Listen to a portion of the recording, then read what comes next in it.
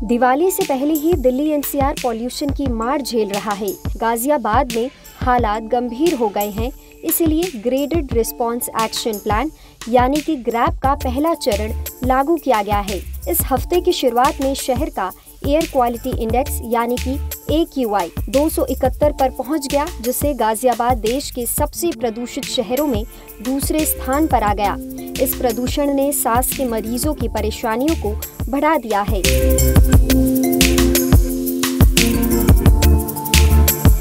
शहर के अस्पतालों में अस्थमा और सांस लेने की बीमारियों के मरीजों की संख्या बढ़ रही है।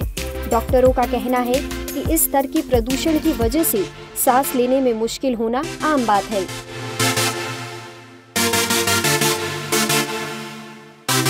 प्रदूषण को देखते हुए प्रशासन ने तुरंत कदम उठाए हैं। ग्रैप 1 के लागू होने के साथ ही होटलों और रेस्टोरेंट में कोयले और लकड़ी के इस्तेमाल पर रोक लगा दी गई है। डीजल जनरेटरों के इस्तेमाल पर भी पाबंदी लगाई गई है। अगर हालात और खराब होते हैं तो दिल्ली में पुराने पेट्रोल और डीजल वाहनों का प्रवेश भी रोक दिया जाएगा।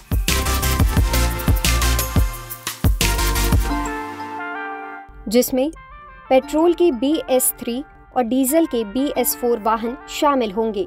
एनवायरमेंट एक्सपर्ट्स का कहना है कि आने वाले दिनों में प्रदूषण और ज्यादा बढ़ सकता है। हरियाणा और पंजाब में पराली जलना इसकी बड़ी वजह है। ये धुआं दिल्ली एनसीआर में स्मॉग का रूप ले सकता है, जिससे AQI 400 के पार जा सकता है और लोगों के लिए घर के अंदर रहना भी मुश्किल हो सकता है।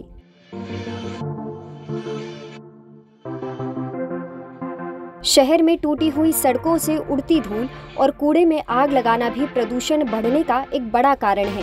खासकर रेत मंडी से दीवान फार्म हाउस तक सड़कें खराब स्थिति में हैं, जिससे PM10 का स्तर बढ़ रहा है।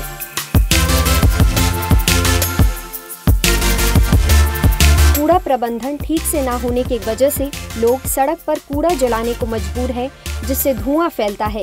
पुराने वाहनों का चलना भी पॉल्यूशन बढ़ने का एक बड़ा कारण है। विशेषज्ञों का कहना है कि इन वाहनों को सड़कों से हटाना जरूरी है, क्योंकि इनके धुएं से PM 2.5 का स्तर बढ़ता है।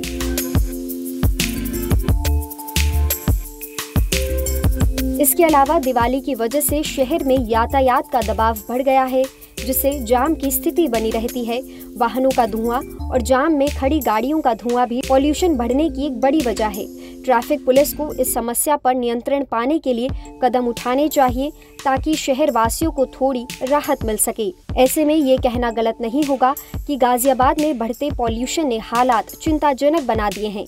प्रशासन द्वारा उठाए गए कदम जरूरी हैं, लेकिन लोगों की मदद और सख्त निगरानी भी जरूरी है।